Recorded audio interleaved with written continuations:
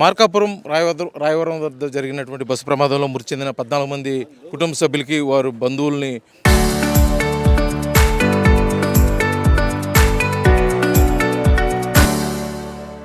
వారి బంధువులకు సంబంధించి అసలు వారి మనోవేదన ఏ విధంగా ఉన్నది, అసలు వారిని అయితే కదిలించడానికి అంటే మాట్లాడటానికి కూడా వీళ్ళని ఉన్న పరిస్థితిలో అసలు వారు ఏమనుకుంటున్నారో, వారు అసలు కుటుంబ సభ్యులు ఎవరిని కోల్పోయారో కూడా వారిని అడిగి తెలుసుకునే ప్రయత్నం చేద్దాం.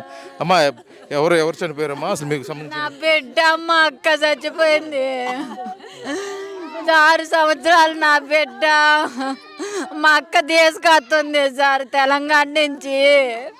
ఎట్లా జరిగిపోయింది సార్. తెలంగాణలో ఏం చేస్తారమ్మా? మేము బేల్దారి పని పోతాం సార్. మా అక్కల దగ్గరే మేము పని చేసేది. మేము వచ్చి ఇక్కడికి వచ్చి 5 నెలలు అవుతుంది సార్. మా అక్క కాడ ఉంటుంది సార్ నా బిడ్డను చూపిస్తామని పండక్కని తీసుకొస్తుంది సార్. ఇద్దరు చచ్చిపోయినరు.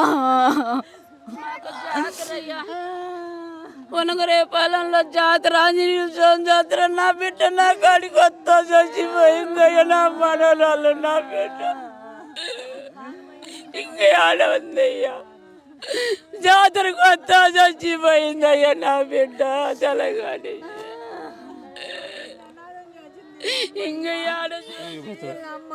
వీళ్ళ అమ్మ దాన్ని పెట్టి ఇద్దరు వస్తుండ్రు. నా దగ్గర నుంచి నేనే ఎక్కించిన బస్సు.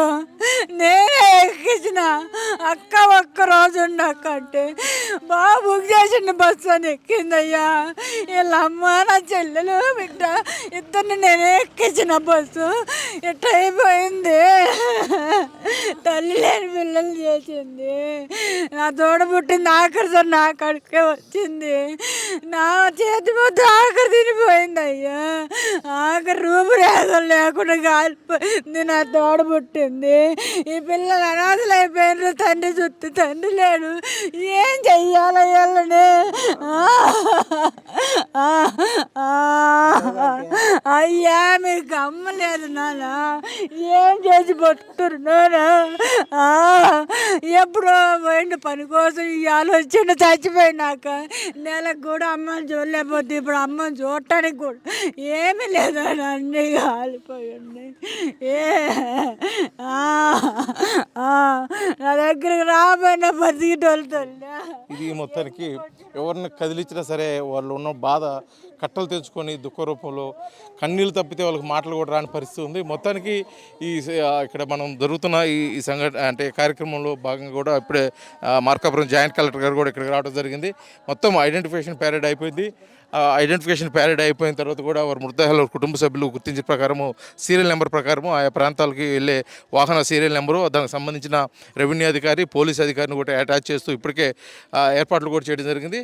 ఒక క్యూ లైన్లో నుంచి పెట్టడం జరిగింది. దూర ప్రాంతాలకు ముఖ్యంగా నెల్లూరు జిల్లాకు సంబంధించి 5 ఉన్న నేపథ్యంలో కూడా నెల్లూరు జిల్లాకి దూర ప్రాంతంలో త్వరగా వెళ్ళేదానికోసం కూడా చేస్తున్న పరిస్థితులు అయితే అధికారులు ఇక్కడ ఉన్నారు. అదేవిధంగా అంబులెన్స్లో ఒకరు వారిని తరలించే క్రమంలో కూడా ఉన్నాడు. ఇక్కడ కుటుంబ సభ్యులకు సంబంధించి కొంతమంది మిత్రులు వారి కుటుంబ సభ్యులు ఉన్నారు.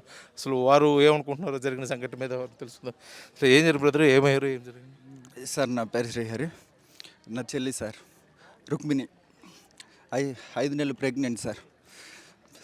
మొహం చూసుకోవడానికి లేకుండా కాలిపోయింది సార్. మా అమ్మ సార్ తనకు అన్న తల్లిని తన కన్న కూతురు ఇద్దరిని కోల్పోయింది. దీనికి ఇంత ప్రమాదానికి కారణం ఎవరు సార్? అసలు ఏం తెలియకుండా దిక్కుతోచని స్థితిలో ఇన్ని మృతదేహాల మధ్య అసలు మా చెల్లి ఎవరు, మా అమ్మమ్మ ఎవరు చూసుకోవడానికి కనీసం వాళ్ళు చివరి చూపు చూసుకోవడానికి కూడా లేదు సార్. 4 నెలలు అవుతుంది నేను నా చెల్లి మొహం చూసి. ఎవరు సార్ దీనికి కారణం?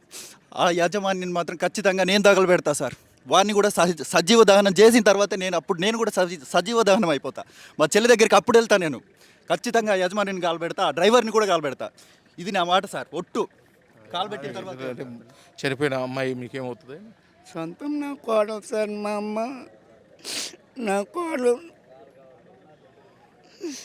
ఏముంది సార్ నా కుటుంబం? నా కొడుకు మంగళ హాస్పిటల్లో ఉన్నాడు సార్.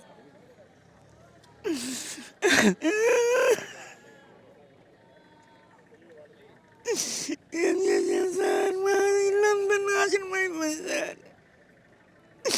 నా కొడుకు అల్లాడిపోతున్నాడు సార్. ఇది జరిగిన ఆ, ప్రమాదంలో మృతి చెందిన వారి కుటుంబ సభ్యులు వారి బాధ అరణ్యరోధనగా ఉంది. ఎందుకంటే ఒకే కుటుంబంలో తల్లి బిడ్డ, ప్రెగ్నెన్సీ లేడీ, కన్న తల్లి, ఇలా అసలు ఒకరు కాదు ఇద్దరు కాదు 14 మంది మృతి చెందిన సంఘటనలో కూడా వారి కుటుంబ సభ్యుల రోదన అయితే అరణ్య రోదనగానే ఉంది.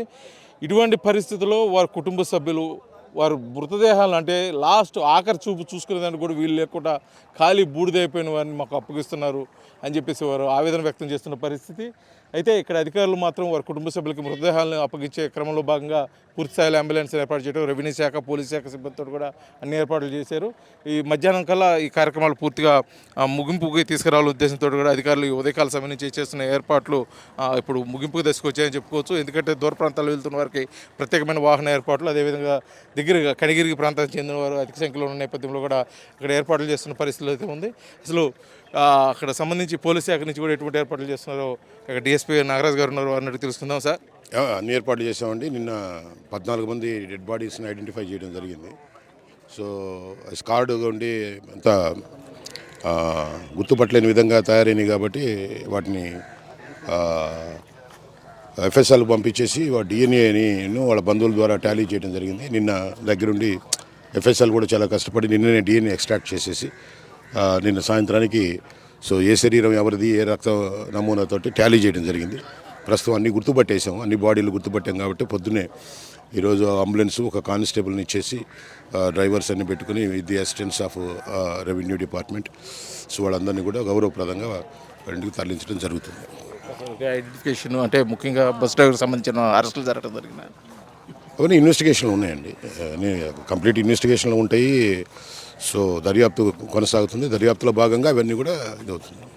ఓకే, మనందరూ తెలుసు మార్కాపురం పట్టణం సమీపంలో మొన్న ఒక మేజర్ యాక్సిడెంట్ జరిగింది. దీనిలో 14 మంది చనిపోవడం జరిగింది, ఇంక్లూడింగ్ 5 months బాయ్.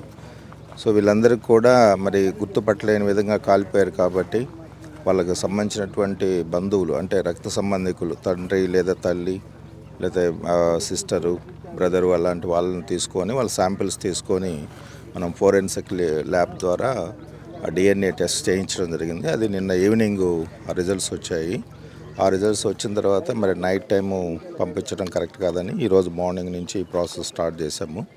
ఇప్పుడు 14 బాడీలని మనం ప్రత్యేకంగా ఒక అంబులెన్స్ తెప్పించుకొని విత్ పోలీస్ ఎస్కార్ట్ వాళ్ళ ఇంటికి చేర్చడం జరుగుతుంది. అదే మాదిరిగా అక్కడ కూడా మనకి అక్కడ ఉన్నటువంటి వాళ్ళ ఇళ్ళ దగ్గర ఏదైతే డిసీజ్డ్ హౌస్ ఉంటుందో అక్కడ కూడా మనకి రెవెన్యూ, పోలీసు, పంచాయతీరాజు ఈ డిపార్ట్మెంట్కి సంబంధించినటువంటి పర్సన్స్ అక్కడ వెయిట్ చేస్తున్నారు. వీళ్ళు వెళ్ళిన తర్వాత వాళ్ళు రిసీవ్ చేసుకొని ఫ్యామిలీ మెంబర్స్కి అక్కడ హ్యాండ్ ఓవర్ చేయడం జరుగుతుంది. ముఖ్యంగా బాధిత కుటుంబ సభ్యులకి ప్రభుత్వం నుంచి ఎస్కేష కూడా ప్రకటించడం జరిగింది. అది ఎప్పుడు ఇచ్చే అవకాశం ఉంటుంది, వారికి ఏమైనా హామీ ఇవ్వడం జరుగుతుంది, దానికి సంబంధించి ఏమైనా డాక్యుమెంటేషన్ ప్రాసెస్ స్టార్ట్ అయిందంటారు? కరెక్ట్. ఇప్పుడు మనకి వీళ్ళ 14 మంది కూడా డెత్ సర్టిఫికేట్లు ఇవాళ మేము ఇక్కడ హ్యాండ్ ఓవర్ చేస్తున్నాము. ఎందుకంటే వీళ్ళు జాయిన్ అయినప్పుడు వాళ్ళకి సంబంధించినటువంటి ఇన్ఫర్మేషను చెప్పేటప్పుడు ఆ క్రమంలో కొన్ని మిస్టేక్స్ దొరుకుతాయి. ఈ సర్నేమ్ కానీ లేకపోతే పూర్తిగా పేరు చెప్పకపోవటం. ఇప్పుడు ఉదాహరణకి వెంకటేష్ అని చెప్తారు, ఆయన రేషన్ కార్డులోను ఆధార్ కార్డులో వెంకటేశ్వర్లోనే ఉంటుంది. సో ఇవన్నీ కూడా రెక్టిఫై చేసుకొని ఈరోజు మొత్తం ఇన్ఫర్మేషన్ 100% తీసుకొని full pledged already preliminary report government submit చేశాము. గవర్నమెంట్ సబ్మిట్ చేసిన తర్వాత కూడా ఒక డెత్ చిన్న బాయ్ ఏదైతే ఉందో అది మళ్ళీ యాడ్ అవుతుంది ఇప్పుడు. అట్లాగే లాస్ట్ మినిట్లో ఒక లేడీ కూడా ఇంజ్యూర్డ్ కేసు కూడా యాడ్ అయింది. అంటే టోటల్గా 29 మంది ఇంజ్యూర్డ్ కేసెస్, అట్లనే 14 డెత్ కేసెస్. కాబట్టి ఇవన్నీ డీటెయిల్స్ తీసుకొని ఈ ట్రాన్స్పోర్ట్ డిపార్ట్మెంటు, ఫైర్, తర్వాత మా పోలీసు వీళ్ళందరి నుంచి కూడా కొన్ని రిపోర్ట్స్ తీసుకొని మొత్తం కన్సాలిడేటెడ్గా డీటెయిల్ రిపోర్టు సబ్మిట్ చేస్తాం గవర్నమెంట్కి for sanction of ex gratia. Already declare చేశారు, మీ అందరికీ తెలుసు. అది కూడా తీసుకొచ్చి వీళ్ళనంత తొందరగా వాళ్ళకి హ్యాండ్ ఓవర్ చేయడం జరుగుతుంది.